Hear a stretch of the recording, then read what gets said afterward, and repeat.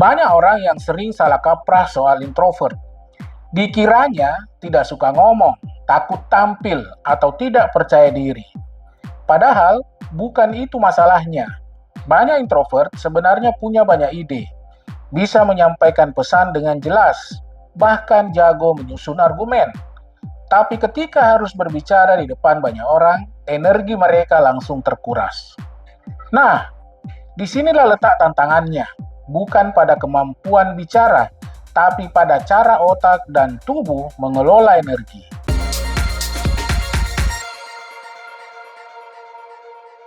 Apa yang membuat public speaking terasa berat bagi introvert? Bayangkan, kamu sedang harus bicara di depan 30 orang, lampu terang, semua mata tertuju padamu. Detik demi detik terasa panjang, sementara otakmu sibuk memilah kata mana yang tepat, contoh mana yang pas, dan bagaimana agar intonasinya tidak terdengar kaku. Dalam situasi seperti ini, otak introvert sebenarnya sedang bekerja keras. Marty Olsen-Lany dalam bukunya The Introvert Advantage menjelaskan bahwa introvert cenderung mengalami overstimulasi. Terlalu banyak input dari luar membuat sistem saraf jadi cepat lelah. Jadi bukan karena introvert tidak suka bicara, tapi karena lingkungan panggung menyerap banyak energi mental sekaligus. Masih dalam buku yang sama, Lany menjelaskan bahwa introvert lebih banyak menggunakan jalur asetilkolin dalam memproses informasi. Artinya, mereka cenderung lebih reflektif, memikirkan sebelum merespons, dan mengamati sebelum bertindak. Inilah mengapa saat diminta bicara spontan, banyak introvert merasa blank. Bukan karena benar-benar kosong, tapi karena belum selesai memproses. Begitu diberi waktu, biasanya hasilnya lebih dalam dan terstruktur. Jadi, apa bisa introvert jago public speaking? Jawabannya tentu bisa, tapi caranya berbeda. Daripada mengandalkan spontanitas seperti ekstrovert, introvert akan lebih unggul jika mengandalkan persiapan, struktur, dan pengelolaan energi. Marty Olsen-Lany menyarankan beberapa pendekatan berikut. Yang pertama, persiapkan dengan matang. Dalam buku The Introvert Advantage, Lany menjelaskan bahwa introvert punya cara kerja otak yang berbeda. Mereka cenderung tidak nyaman dengan hal-hal spontan. Itulah sebabnya persiapan menjadi kunci utama.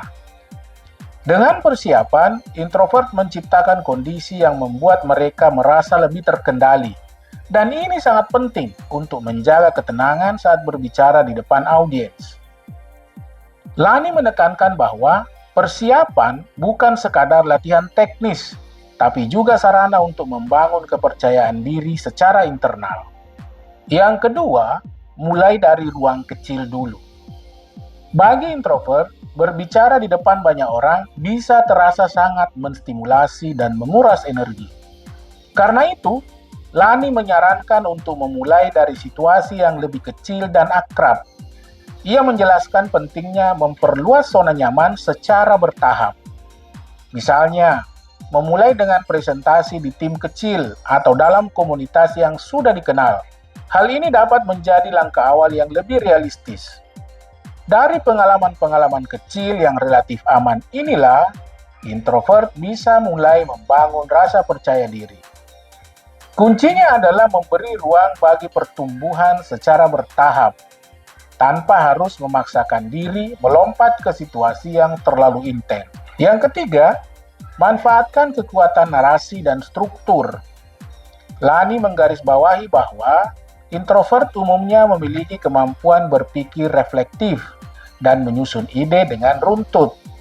Ia menunjukkan bahwa komunikasi yang terstruktur dan penuh makna jauh lebih cocok untuk introvert daripada percakapan spontan yang menuntut respons cepat.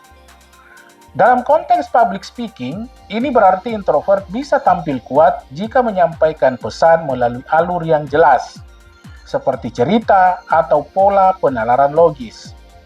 Kemampuan untuk menyampaikan pesan secara mendalam adalah kekuatan alami yang bisa digunakan sebagai keunggulan dibanding sekadar tampil dengan gaya yang bombastis. Yang keempat, jadwalkan waktu recharge setelah tampil. Setelah tampil di depan umum, energi sosial introvert biasanya terkuras banyak. Lani membahas pentingnya mengatur waktu untuk memulihkan energi setelah aktivitas sosial yang menuntut. Ia menjelaskan bahwa introvert memerlukan jeda untuk kembali ke kondisi mental yang seimbang. Waktu tenang setelah presentasi bukanlah untuk menghindar, tapi strategi untuk menjaga keseimbangan energi. Sebagai penutup, public speaking untuk introvert bukan soal melawan diri sendiri, bukan juga soal mengubah jati diri jadi ekstrovert, tapi tentang mengenali cara kerja otakmu, lalu menyusun strategi yang sejalan. Seperti kata Marty Olsen Lani, menjadi introvert bukanlah kekurangan, melainkan cara berbeda dalam memproses dunia, dan siapa tahu, cara berbeda itulah yang justru paling didengar. Semoga video ini bermanfaat buat kamu. Jangan lupa untuk di-like, di-komen, di-share, dan di-subscribe. Sampai jumpa di video-video saya lainnya. Salam sukses, bermanfaat.